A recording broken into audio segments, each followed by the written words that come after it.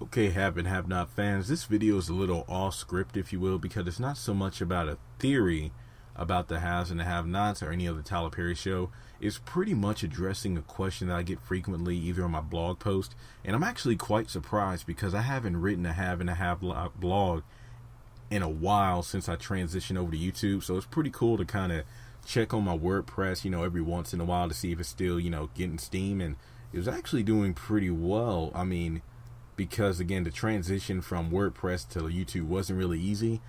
I don't know if some people have gotten the memo that I have made the change, because I've written a blog about it, I did a YouTube video about it.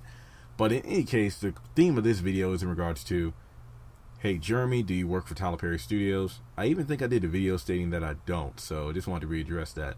But I think the main question, or the one that I will, pretty much, the question is, do I work for Tyler Perry Studios? That's a no. But I think the main question I sometimes ask myself, would I like to work for Tyler Perry Studios? I mean, that's a kind of question because, again, I work in a call center, so when you're not talking on the phone, you're pretty much thinking about life. It's like, okay, I've been here about a year and some change. I'm about to hit 2 years in a couple months, but what's my next move? I just got out of college. I'm ready for the next thing, but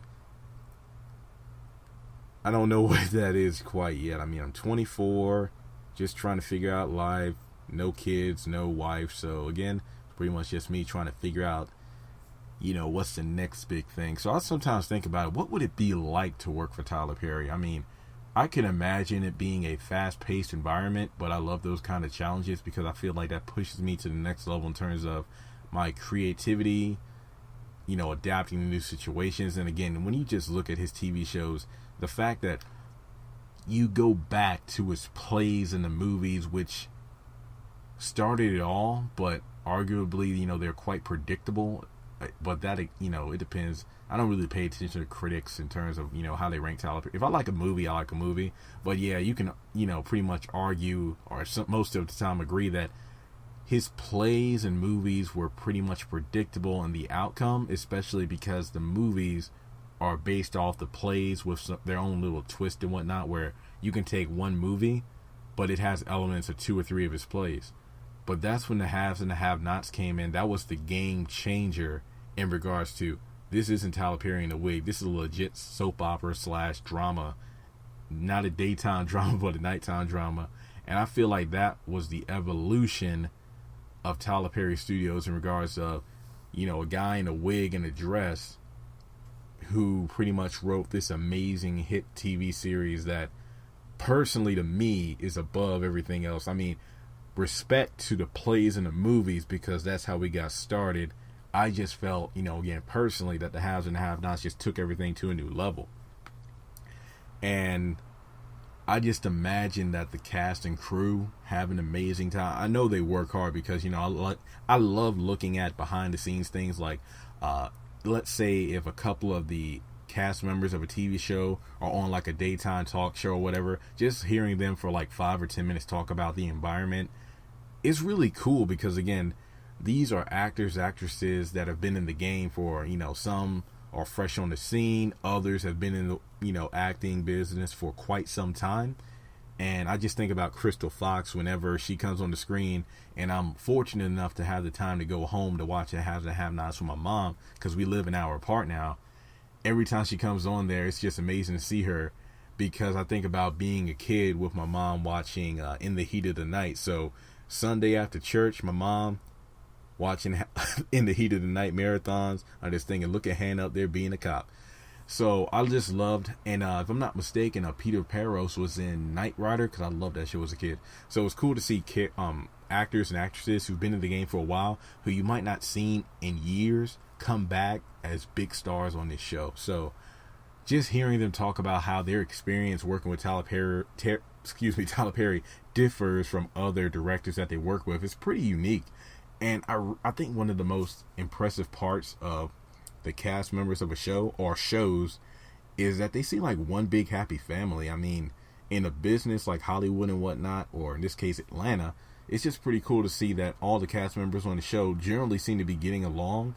And if you follow their social media outlets, you'll see like if one of them's on Broadway, if one of them's doing like a movie or a fundraiser, other cast members will come to show their support. So I would say that it would be pretty cool to work for Tyler Perry Studios because, again, I'm no by any means any kind of expert when it comes to writing or directing. It's something that I love to do. It's a hobby I've been into for maybe the past 3.5, 4 years. When it comes to writing, I mean, the haves and the have-nots, again, not just a game changer in my opinion for Tyler Perry Studios, but a game changer in the way that I look at TV or television. How do I decipher problems and situations? Because the theories that I write about and talk about with my mom about this show has made me a very, very, very critical thinker, and I analyze. I've always been an overthinker, but again, this show took it to the next level. So I would really enjoy the opportunity, even if it's like a trip for like a day, just to visit Tyler Perry Studios to get a behind the scenes look. I would feel incredibly blessed. I mean, even if I never get the chance to work for Tyler Perry Studios, just kind of seeing what goes on behind the camera, learning more about how he was inspired to do what he does. I feel like, hey, if I never get the chance to work with Tyler Perry, that might give me the push I need to kind of do my own thing, because it really does hurt my spirit, every day to go to work. Don't get me wrong. You give me a job, I'm going to give you 110% because that's what you hired me for. But if my heart isn't in it, then I feel like I'm, not doing good work. Even though I do great work at my job, I do what I'm told, I go above and beyond. I give everything I do 100%, sometimes 110, but it just hurts myself knowing that I could be doing something else, but I'm just too afraid to take that step, to take a risk. Or as Steve Harvey says, to take that jump off a cliff into something different, into what I'm blessed. Because again, I feel like God has got me at my current job for a reason, but I feel like part of it's my fault because I haven't pursued my dream or my passion as much as I should have. So whenever I get that tweet, that YouTube comment or Facebook comment on a post like, man, you're so great at writing, you should either work for Tyler Perry, apply for his position, or do your own studio. It's really tough because, again, coming out of college with debt, I'm not getting all political in terms of like the economy and, national debt all-time high for like college students, millennials to go back home. I'm in an apartment. I don't plan on going back home, because once you leave home, it's like I'm just ready to do my own thing, stand up on my own 2 feet, take the skills I've learned from home, church, and college and put them into practice. So it's tough accepting the fact that at the moment I'm not doing what I feel like I'm meant to do. I'm not doing or fulfilling my passion or dream, but I just have to keep going until the opportunity arises, So again, I would love to work for Tyler Perry Studios, but I just think about it like, what if the day comes, if the day ever comes, well, I won't say if, because if sounds like a faithless word, like if God's going to do something. I'm just going to say when the day comes, when an opportunity presents itself. I don't know, maybe it's the one day I least expected where Tyler Perry sends me a private message on Twitter or replies back to a YouTube comment like, hey Jeremy, I've been watching you for the past couple of years. Your blog is great. YouTube channel, thanks for supporting the show. Why don't you come on down and work with me?